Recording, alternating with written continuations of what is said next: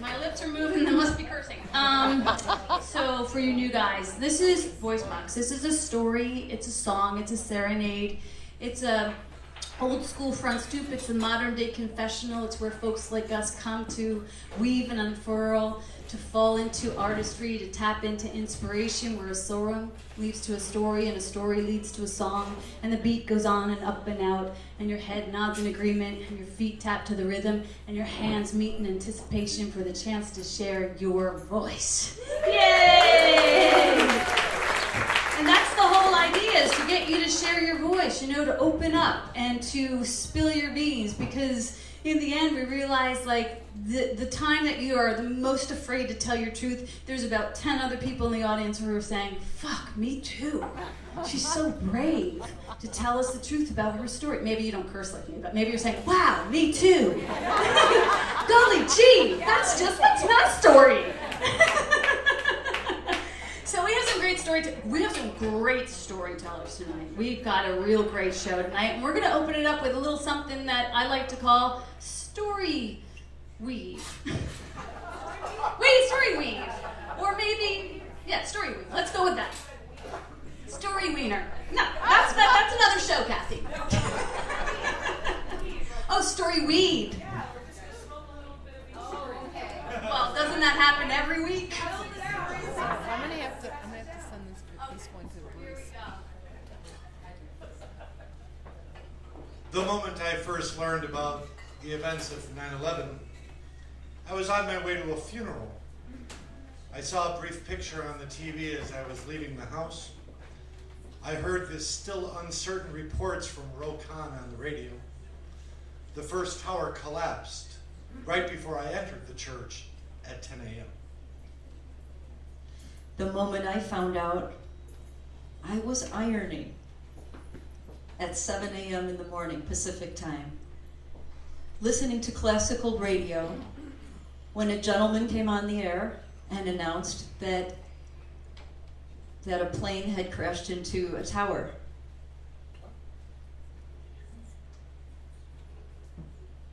When the plane struck the World Trade Center, I was sitting in the dentist chair waiting for that stuff that makes my face feel like my mouth is down to here to take effect.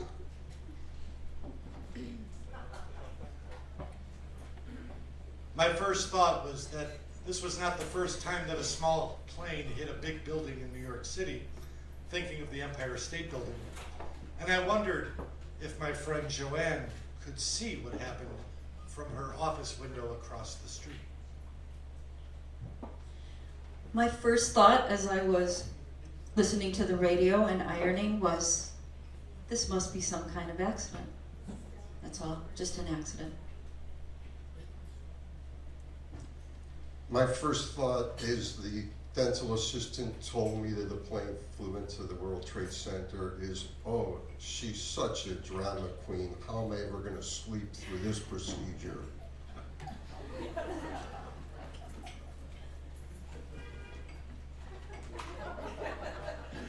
The way that the events of 9/11 have impacted my life is that every September 11th on this day, I remember my childhood friend, Billy, William P. Salepis Jr., a broker for Cantor Fitzgerald, his daughter, now 21, and his son, who was born 3 weeks after his own death on October 5th, 2001. The way my life has changed is I always was one to interest myself in other cultures. But now I had immersed myself even more in the Middle Eastern culture. This week is Jewish New Year, Lashana Tova, and tomorrow begins the Islamic New Year, Siena Sieda. The other thing that I always do on 9/11 is I do something different, positive and uplifting. And 4 years ago, I went to a meeting on this very day, 4 years ago, called A Course in Miracles. And since that time, I'm no longer filled with pain and suffering. My life has changed. I am at peace.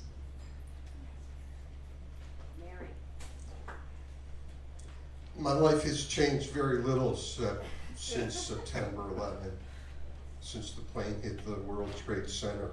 What has changed are my thoughts about love, life, spirituality, and forgiveness.